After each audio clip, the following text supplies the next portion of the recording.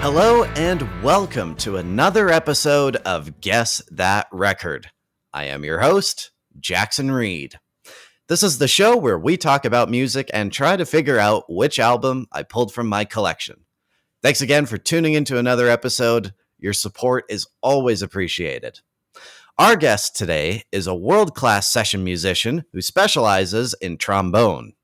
He's worked with many major artists, including Billy Joel, Paul Simon, Diana Ross, and since 2023, he's been a member of the E Street Band with Bruce Springsteen. I'm super excited to be speaking with Ozzie Melendez. How are you doing, Ozzie? Doing pretty good now. Awesome. How you doing? I'm good. Yeah. Here in Long Island, New York. It's a little rainy today. The weather's getting a little better, but it's all good. Yeah. Well, it's nicer than where I am because Where are you? I'm in Calgary, and we had a big dump of snow on the weekend. So, yeah, Oh, man. it's and it was a really nice March too. We had no snow until now. So yeah, I wasn't in Calgary. I was in Toronto last month. A lot of snow. Mm-hmm. Yeah. A lot of snow and cold. Yeah, for sure. Also the cold. So yeah, it's great to have you on the podcast. I am a huge Bruce Springsteen fan, so it's always amazing to speak with people that work with him. And it's also great because you're the second E Street Band member we've had on the show, because when you guys were in Calgary in November, we got to speak with Barry Danielian. Nice. So, and I understand you two go way back. Is that right? You go way back. I mean, I met Barry 1980, probably 1980, towards the end of 1981, maybe somewhere in there. We went to Berklee School of Music together. That's where I met him. Nice. And then we've been doing, since he lives in Jersey, I live in New York, and for some reason we'd always end up doing sessions together. And then we put a horn section together, and we started playing on a lot of records back in the 90s. And yeah, that's great. To kind of get started, I always love to ask this question, but what was the first song or the first record you remember hearing that got you into music? the first record or first song, you know what? I'm not sure if it's a record. I just remember my parents, both Puerto Rican. I remember growing up in the house at an early age, 3, 4, 5 years old, always hearing Latin music. I didn't know, what it was, 'cause I was too young to know, but I just heard that rhythm. And I remember hearing Willie Colon when I was about 8 years old. I remember them saying on trombone, Willie Colon, it was the Find Your All-Stars. And I remember they were introducing each member, and as they introduced each member, they would play a little solo. And I remember Willie taking a solo, and it might have been that. Yeah. And you ended up working with him years later, is that correct? I did, yeah. I played on and off with him for over 30 years. I was his musical director for a little while. I co-produced one of his records, and that was a real treat. And every once in a while I get a call to play with him, but I'm usually doing something else. I'm usually busy, but I'm looking forward to doing something with him eventually again. I love that music. Yeah. Nice. And then so was that what kind of led you to get into trombone, or was it something else that got you in trombone? I think, it was a couple of things. Also, my best friend in growing up, when I was in 3rd grade, he was a year older. He was in 4th grade. He chose the trombone. He lived on my block, so we would walk to the bus stop together. He always had his trombone for that year. And so the year after, when it was my turn to pick an instrument, and they would have an assembly where they would bring in the older, like a band of jazz musicians, and they would bring us into the assembly and we would watch them play. I saw the trombone player, and I put 2 and 2 together. I saw my best friend Frank, that played trombone when he was in 4th grade, and I saw the trombone player. I said, well, I'll pick trombone. So it was that, and also Chicago was a very big band when I was growing up in the 70s, and so James Pankow, of course, is one of my all-time favorite trombone players as far as phrasing and actually writing as well, horn section arrangements. Mm-hmm. So I it was all that. I think between Frank Lopresti, which was my best friend growing up, I copycatted him, and then watching that guy at the assembly program playing trombone, and then hearing Willie Colon and James Pankow, that kind of all put it together for me. I guess that's what it was. Yeah. And then I guess sort of two-part question here. How did you, or like, when did you decide to sort of pursue music professionally, and what was your first big break? Yeah. Well, I mean, I always thought that I was going to be in music. Even elementary school, I was always, the teachers always said that I had talent, would always tell my parents. And then when I finally got to junior high school, I won some awards there, the Count Basie Jazz Award. And then they had this thing called the NISMA, New York State. I wouldn't even know what it's called, but you had to come up with some solos, and then they would grade you on the solos, and I always did very well there. And then I tried out for the Tri-State McDonald's Jazz Band, it's a big band, right? 4 trombones, 5 trumpets, full tenor sax, sax section and rhythm section. And only 4 trombone players get picked. Actually 3, because one is a bass trombone player, and I don't play bass trombone. So the 3 best trombonists in the tri-state area, and I was chosen to do that as well. So it just kept on moving that way. Like nothing shot me down to say, you know what, maybe you should find something else to fall back on. And my parents never said that either. My parents were always very, very supportive of me playing music. So my first big break, I think it was Willie Colon. I think that was the band that I got a phone call to audition for the band from the bass player that was already in the band, Gene Perez. We used to play at the China Club every Monday night at a jam session. He was the bass player, and I would go to sit in. He said, "Hey, they're looking for a trombone player for Willie Colon." I went, "Oh my God, can you?" I'm thinking to myself, I can't even imagine what my parents would go crazy if I got the gig with Willie Colon. And I tried out, and I wound up getting the gig. And my first gig was in Peru. We had to fly to Peru. I think that was the big break right there. And then usually what happens is your name starts to get around, and that's how things start to happen. Absolutely. Yeah. And it's always so cool speaking with guys like you, because you just you look at the resume and it's just big name after big name after big name.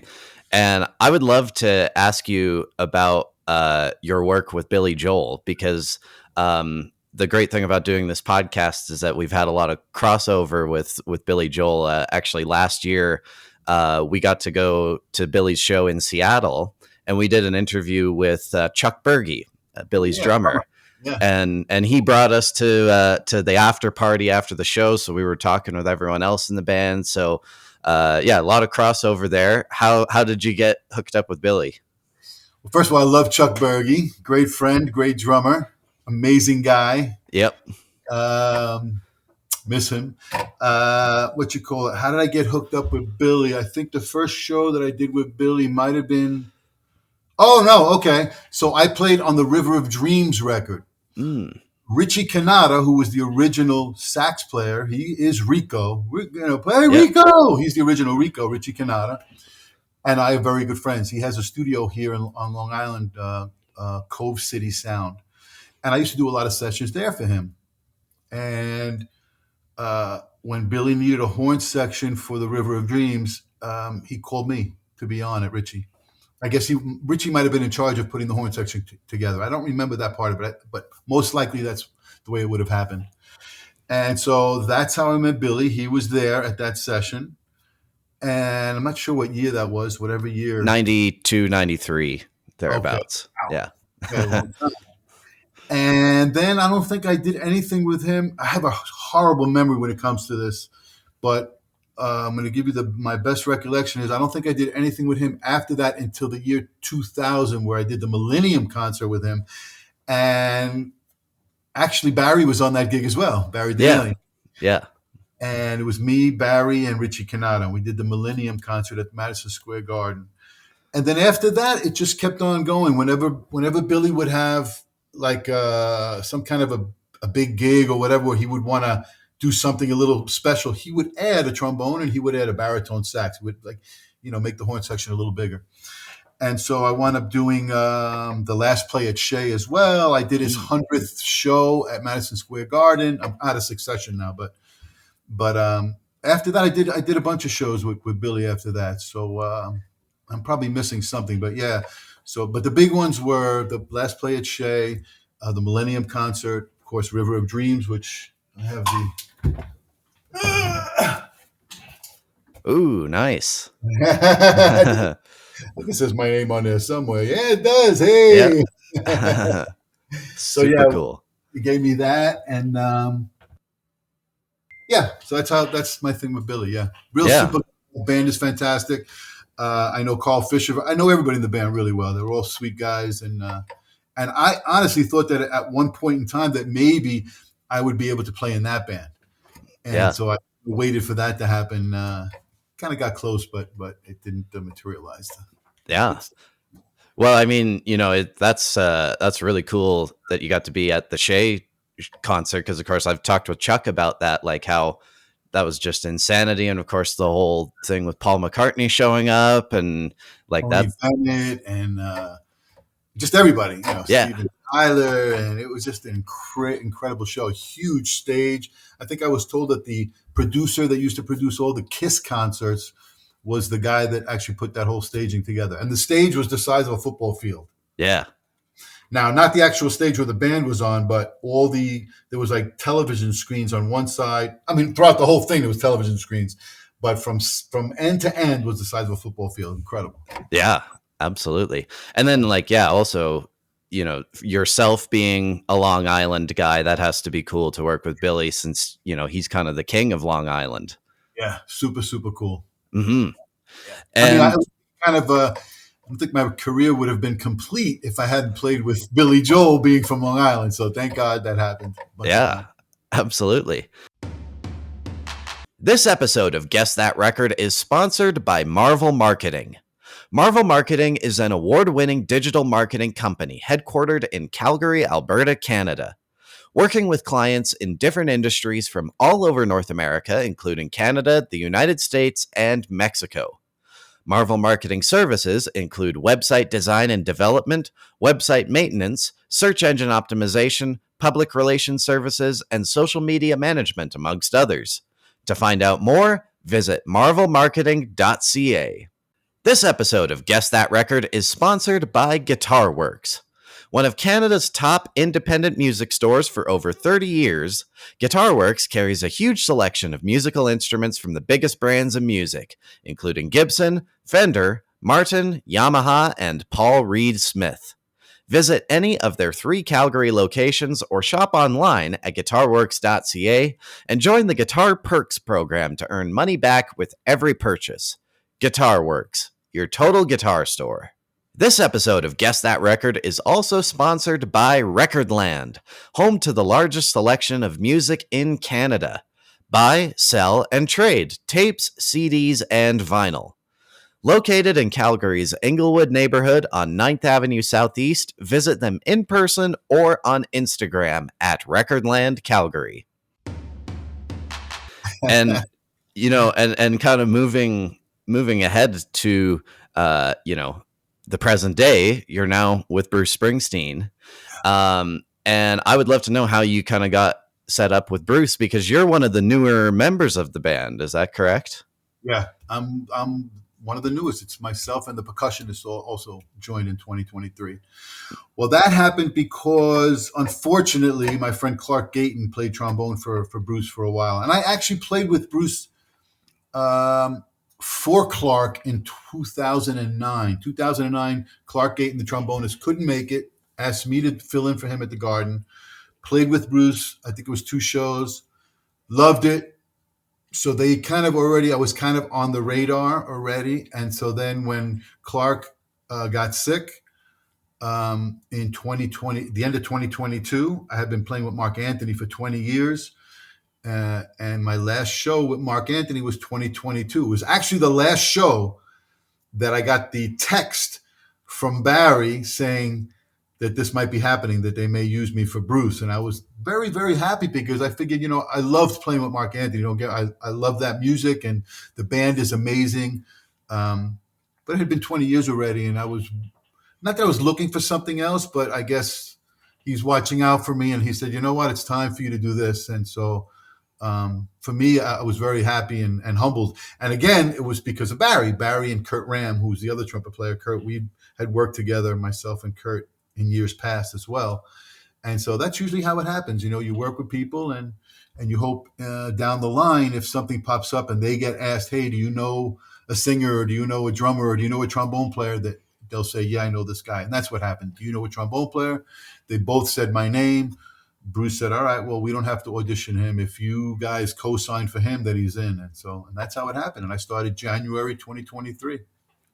And that's that's interesting because it sounds like, of course, you were, Bruce was already sort of familiar with you.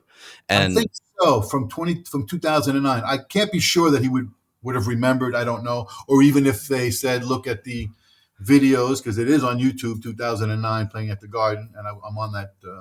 So I'm not sure if he actually looked at that, or he just he just was okay with it. Yeah. But it's when I spoke with Barry here in Calgary, he was sort of telling me how he ended up with Bruce, and the thing that probably helped him was when he was a member of Southside Johnny, Sure. and he knew Steven Van Zandt from that, and Bruce was there too. So when he got that first call, Bruce already sort of knew him, and he said, Bruce likes familiar faces, and so that's so that it all makes sense, I think. It all works out. And I guess, like, how familiar with his music were you before starting all of this? Well, so I played in a band where the drummer was a huge fan, and he kept on telling me, "You have to check this out. You have to check out Rosalita. You have to check out." And I only knew Bruce because, cutting my teeth back in the day, I was also playing cover bands and playing in wedding bands. And so whatever was playing on the radio, you had to learn. And so when Dancing in the Dark came out, we had to learn it as a band, and we would play that at all the functions. So I have video of that, actually, of me playing Dancing in the Dark. And also, whatever song was the big hit of Bruce's, we'd have to learn. So I kind of knew those songs already. Now, going deep into the catalog, no, I didn't know like Spirit in the Night. Maybe I shouldn't say this because the fans will be like, "You didn't know that song?" But knowing those songs for a musician, it's not necessary. My style of musicianship is that I learned how to read music. I learned how to play different styles of music. I always want to be a session musician. I like the fact that I get called to play on records. And so when you are a session musician, you have to be able to play all styles, and you have to be able to read music. So whether you know the music or not, it's more fun if you know the music, because then you're like, "Wow, I remember hearing the song." I can't say that I did, other than the big hits. Right. But all the stuff that they put in front of me at rehearsal, I would read it. I know the style of music, and I know how to play in a horn section, so it all kind of fit like a glove. And the guys in the horn section are fantastic, and they helped me along. If there was anything that I was not playing properly, they would say, "Hey, we do this, but very little of that, because we all have kind of the same sensibility as far as phrasing and playing in a horn section. So, and that's important. Yeah, for sure. You a musician, Jackson? I am. Yeah, I've got my own band here in Calgary, and trombone. Yeah. No, you don't. I sing and play guitar, but the one thing, when I was in middle school band, I did play trumpet, so I do have some experience with horns, but it's been a while since I've played that stuff, for sure. But yeah, it's a lot better to play guitar and sing. It's playing a brass instrument, I wouldn't recommend it to anybody. It's just so tough. The maintenance that has to happen, all the muscles in your lips. Mm-hmm. I don't want to go on with that. Yeah.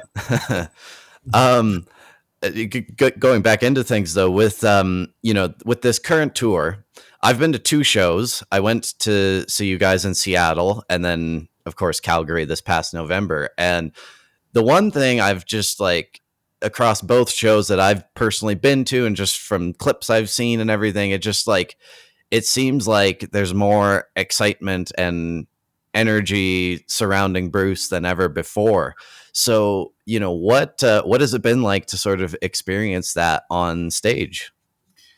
Well, like I said, when I played with him in 2009, I was already in shock over all the excitement and his style of playing an arena. You know, like I said, I had been playing with a lot of other artists, and we've all played those arenas, and um, it was different. There was something different about it.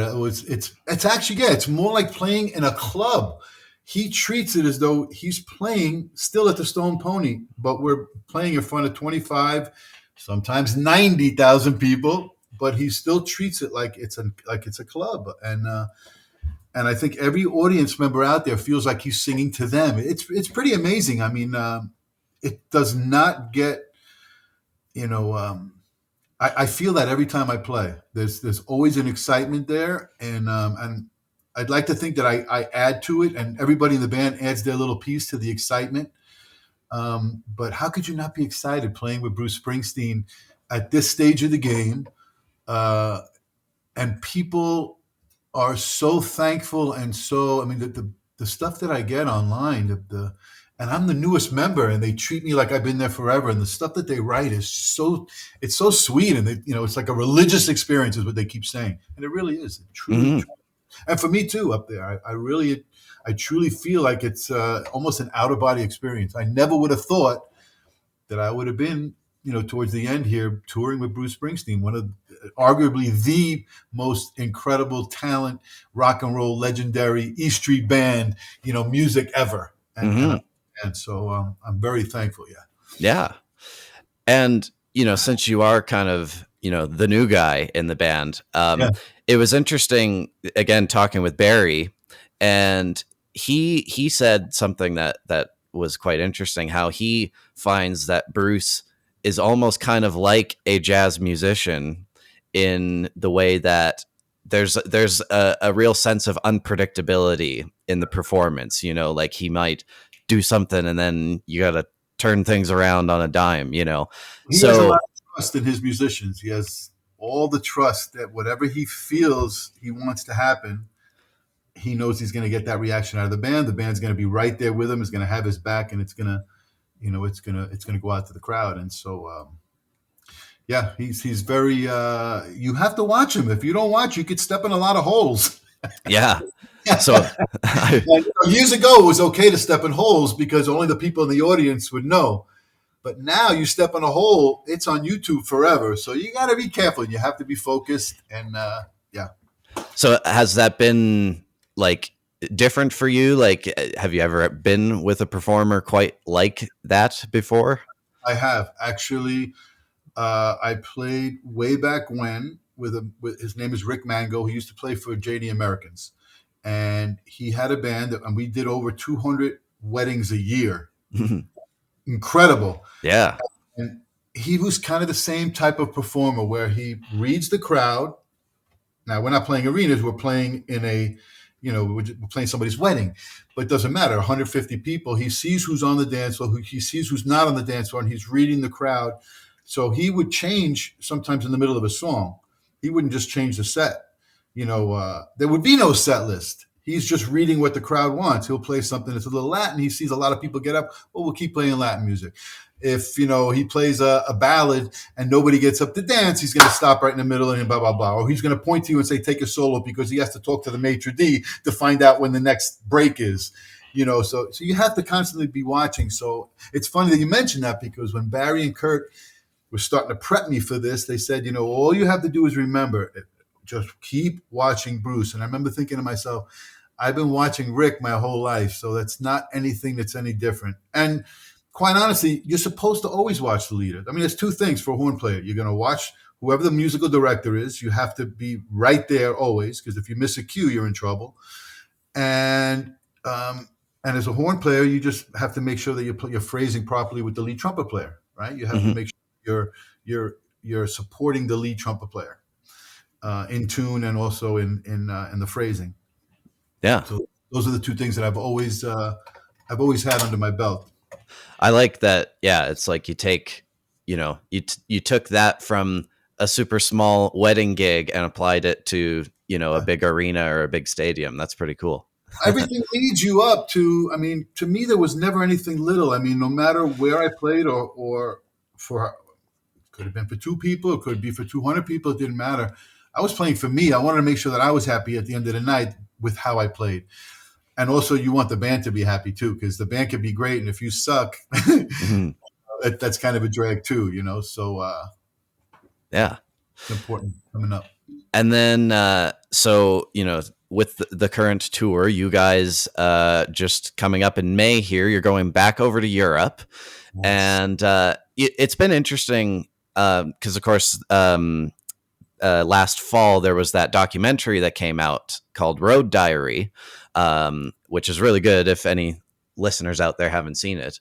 But the one thing I sort of took away from watching that was like just how, you're like the European audiences, and it seems like almost like a bigger deal over there when you guys perform versus, over here in North America. Well, you're right. I mean, I don't want to get in any trouble, but you're absolutely correct. The United States audiences are fantastic. They always show up.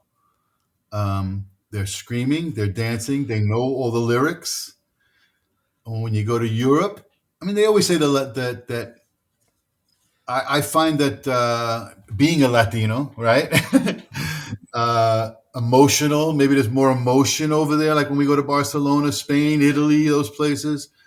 But yeah, Europe is unbelievable. They just they know all his lyrics, they know all his history. They, like I said before, it's like a religion to them. They can't wait for us to go back. I get written that all the time. They're counting down the days that they know, but the day that we go, that we're heading back into Europe. And it's really an incredible thing to be a part of. It really is. Mm-hmm. And I kind of feel that way too. I mean, I'm a big fan as well of the band. It's the E Street Band, the legendary E Street Band. Yeah. So, but yeah, Europe has something special about it that, I don't know, maybe it's because we're from here and we're going there, so they appreciate it more. I can't put my finger on it other than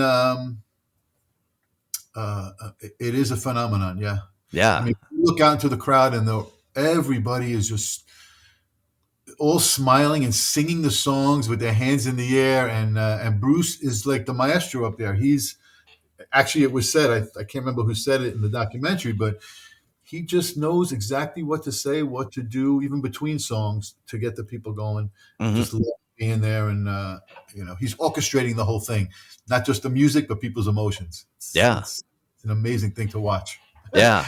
And I've always kind of asked this to musicians who, because of course when you guys play in Europe, you're in the big stadiums for, 60, 70, 80,000 people. Is there a difference between playing to a crowd that big versus, like Madison Square Garden where it's 20,000 people or something like that? I mean, maybe for others, for me, it's not. It's funny because I'm so focused on the music and what I have to play. I'm not really. I mean, I do look out into the audience, of course. It's hard not to, but I actually forget sometimes where I'm at. Like people ask me, "What's your favorite venue to play?" I don't know, because once I'm there, I'm playing, and it's just I'm making music, and I kind of forget where I'm at. If that makes any sense to you. Mm-hmm. It's interesting because you guys have been on the road for, I guess, 2 years now, because it started 2023. So once you like get into it and you sort of have like breaks between the legs of the tours, do you guys have to rehearse before you go over to Europe, like for this upcoming run, or have you played so much now that like you just show up and play? We will fly in early somewhere, and we will go over the music, go over some music. Is it needed?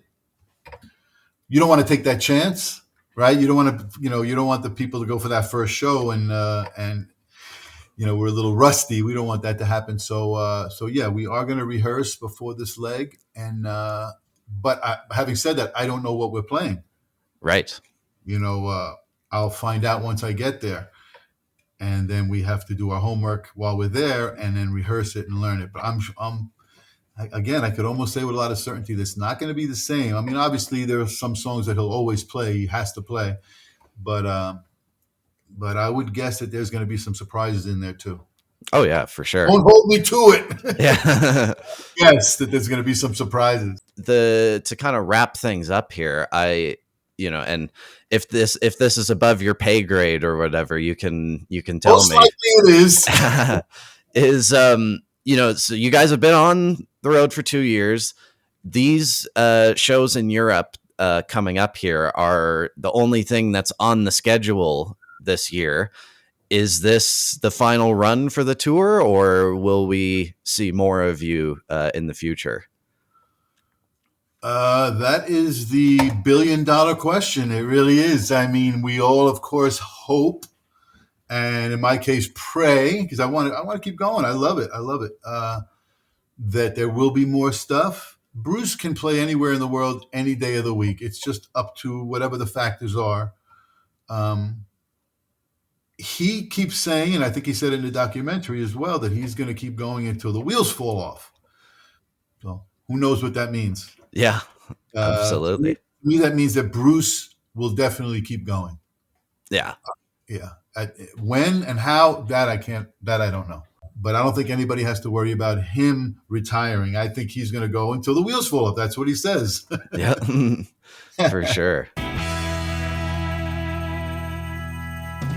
All right, Ozzie. Well, we've reached the end of the interview. I want to thank you for coming on the podcast. It was, like I said, I'm a huge Bruce fan. So anytime I can speak with people who work with him, it's a real honor. And is there anything else you wanna plug to the listeners out there? I can't wait.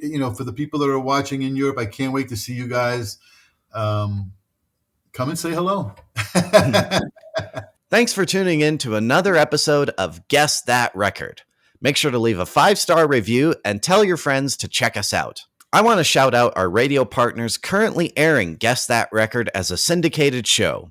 CKMS in Kitchener, Ontario, CKXU in Lethbridge, Alberta, and South Devon Sound in Kingsbridge, UK.